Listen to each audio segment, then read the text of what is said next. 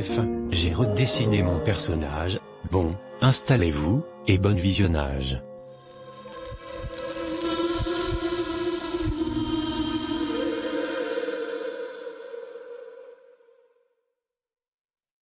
Comme tous les soirs, je suis tranquille chez moi avec ma femme, en train de regarder les infos à la télé.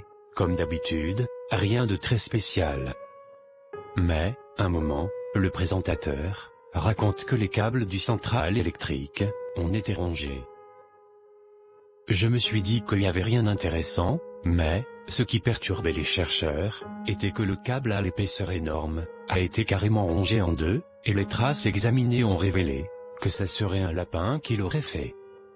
Ma femme a commencé à rire en disant que c'était n'importe quoi. Mon fils est venu, lui aussi avait vu l'info. Il disait qu'il voulait maintenant un lapin, et qu'il voulait l'appeler Grignotte. Ah là là, on a déjà 3 mioches à s'occuper et à nourrir. Et un lapin en plus, ça va pas arranger les choses. Mais ma femme dit que ça serait pas mal. J'ai été en désaccord, mais je pouvais rien faire face à 3 enfants et ma femme. Finalement, j'ai accepté, mais à la condition que ce n'est pas moi qui s'occupe de cette bestiole. Voilà que nous nous préparons pour sortir à l'animalerie. Nous attendons seulement Laura, notre fille âgée déjà de 19 ans. Comme d'habitude, elle nous appelait pour dire qu'elle rentrerait tard. Donc, nous étions partis sans elle. À l'animalerie, le vendeur nous a directement dit qu'il y avait plus de lapins. La raison est que des gens de l'armée a tous pris pour connaître qui était le lapin chapardeur qui avait rongé le câble. Ma femme voulait aller dans d'autres animaleries, mais le vendeur a prévenu que c'était le cas de tous les vendeurs de la ville.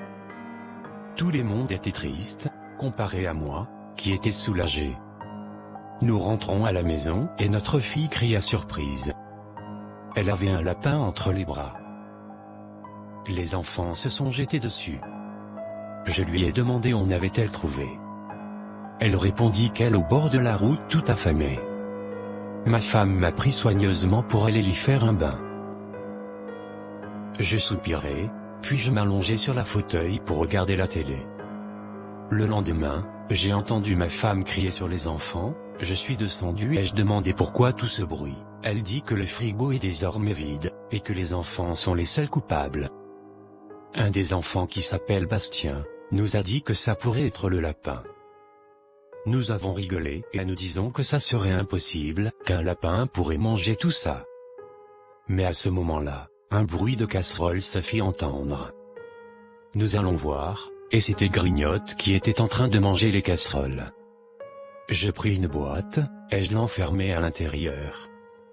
Je vais appeler directement la police, pour avertir qu'on a le fameux lapin. Il nous a dit de garder le lapin en visuel permanente. Et que des équipes arriveront ce soir. Nous accrochons et attendons les équipes. Mais, je me suis dit, pourquoi ce soir et pas maintenant? Le soir même, un camion noir venait de s'arrêter devant la maison. Des hommes avec un logo bizarre sur le torse, et des armes sorties du camion. Ils toquèrent à la porte, nous ouvrons et d'un coup sec ils entrèrent dans la maison. Ils disaient où se trouvait le lapin. Je suis allé chercher le lapin dans la boîte. En ouvrant, le lapin avait déjà commencé à manger ses pattes arrière. C'était dégoûtant. Un homme a ordonné une procédure de confinement. Je n'avais rien compris. Il prit le lapin et sortit de la maison. Un des hommes nous a fait signer un contrat obligeant de ne rien divulguer, sous peine de mort. Nous signions, et il partit aussitôt. Nous essayons tous de oublier ce qui s'est passé.